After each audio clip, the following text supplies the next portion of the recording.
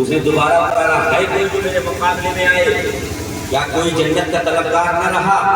اتنا سننا تھا کہ مولائے کائنات کھڑے ہوئے۔ جب حضرت علی کھڑے ہوئے تو حضور نے مولائے کائنات کا ہاتھ پکڑا اور فرمایا علی بیٹھو، یہ عمرو بن عبد تو ہے۔ حضرت علی بیٹھ گئے۔ اس نے دوبارہ پھر پکارا، ہے کوئی جنت کا طلبگار جو میرے مقابلے میں آئے میں اسے جنت پہنچا دوں؟ اس بار پھر مولائے کائنات کھڑے ہوئے۔ جب مولائے کائنات پھر کھڑے ہوئے حضور نے پھر ہاتھ پکڑا، دوسری بار بھی حضور نے بیٹھایا۔ جب اسے تیسری بار کہا، ہے کوئی جنت کا طلبگار جو میرے مقابلے میں آئے؟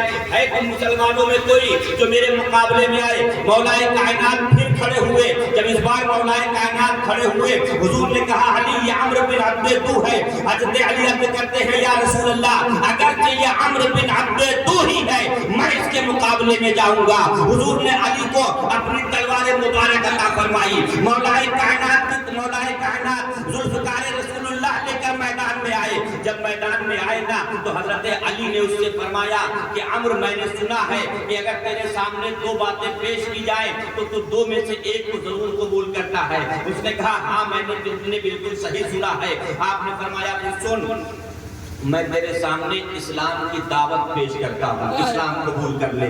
اس نے کہا میں مجھے اسلام سے کوئی لگاؤ نہیں ہے، میں اسلام کی دعوت کو بالکل نکارتا ہوں۔ مولا کائنات نے فرمایا کہ سن، میں تجھے جنگ کے مقابلے کی دعوت دیتا ہوں، میرے مقابلے میں آ۔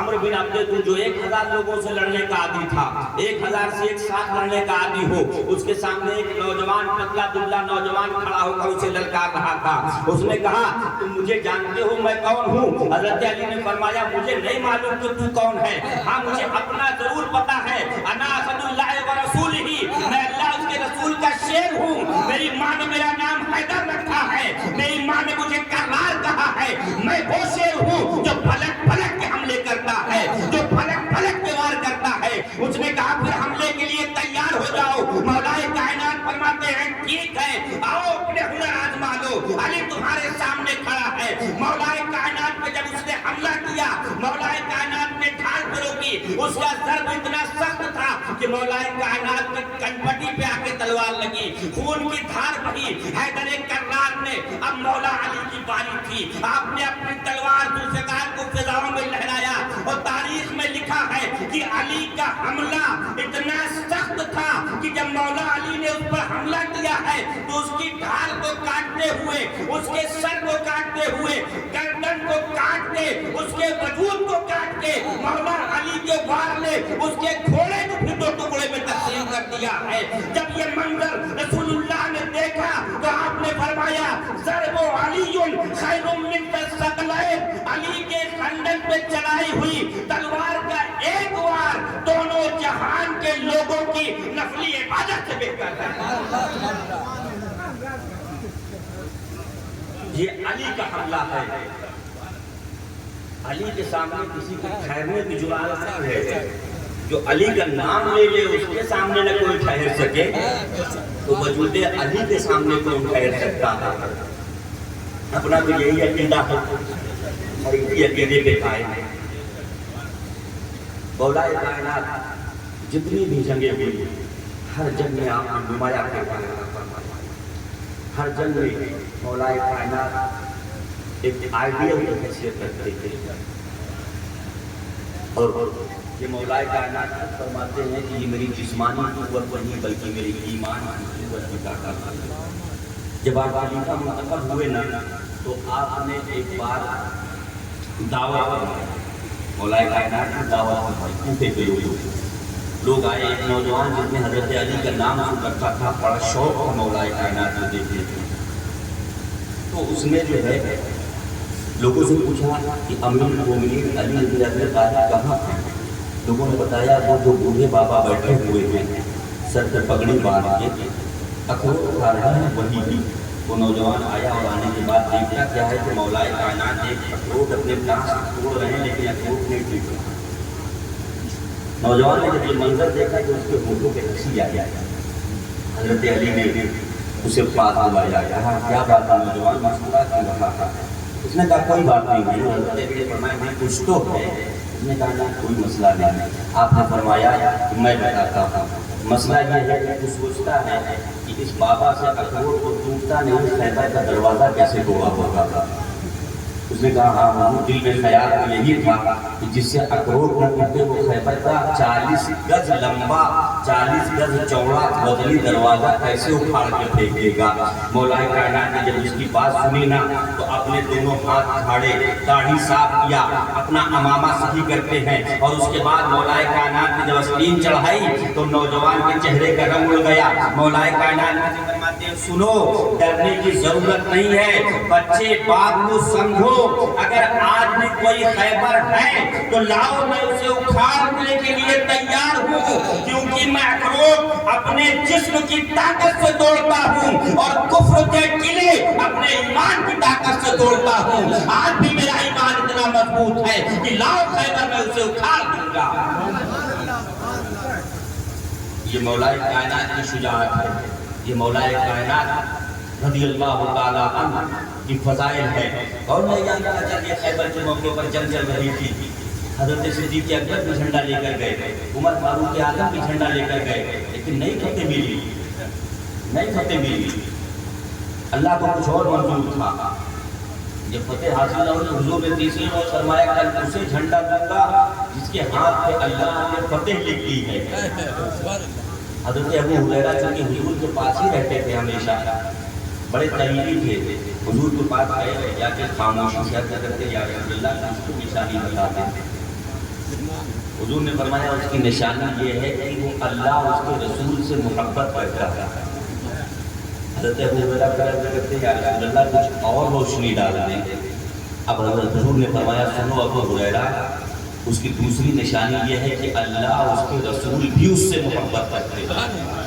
اب جب یہ بات سنی نا، صحابہ میں یہ بات پہنچی، حضرت عمر کہتے میں رات بھر نہ سویا، میں رات بھر نہ سویا، میں نے سوچا کہ صبح مجھے ہی علم ملنے والا ہے، جھنڈا مجھے ہی ملے گا۔ حضرت عمر کہتے میں دراز قد تھا، لمبا تھا، میں جب فجر کی نماز ہوئی، نماز کے بعد جب صفیں لگی تو میں سب سے آگے جا کے بیٹھا۔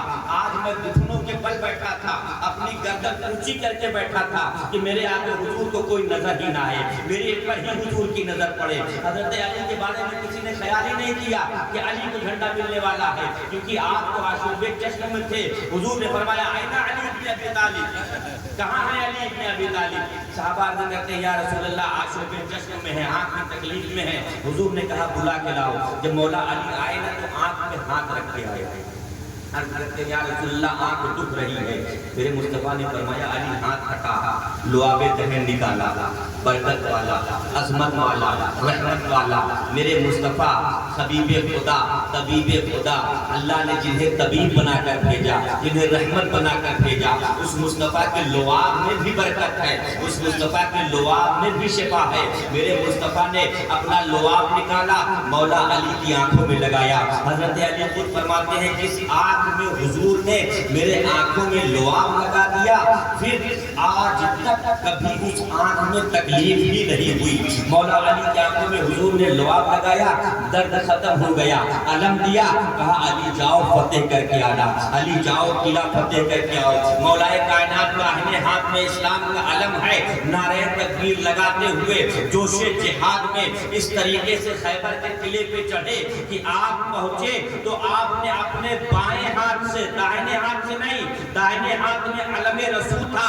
اسلام کا پرچم تھا، بائیں ہاتھ سے خیبر کا دروازہ پکڑا، 40 گز لمبا 40 گز چوڑا، آپ نے اسے اٹھایا اور اپنے بائیں ہاتھ سے ہلا کے جب فاتح خیبر نے اسے دور پھینکا ہے تو روایت میں ملتا ہے کہ 40 گز دور جا کے وہ دروازہ گرا۔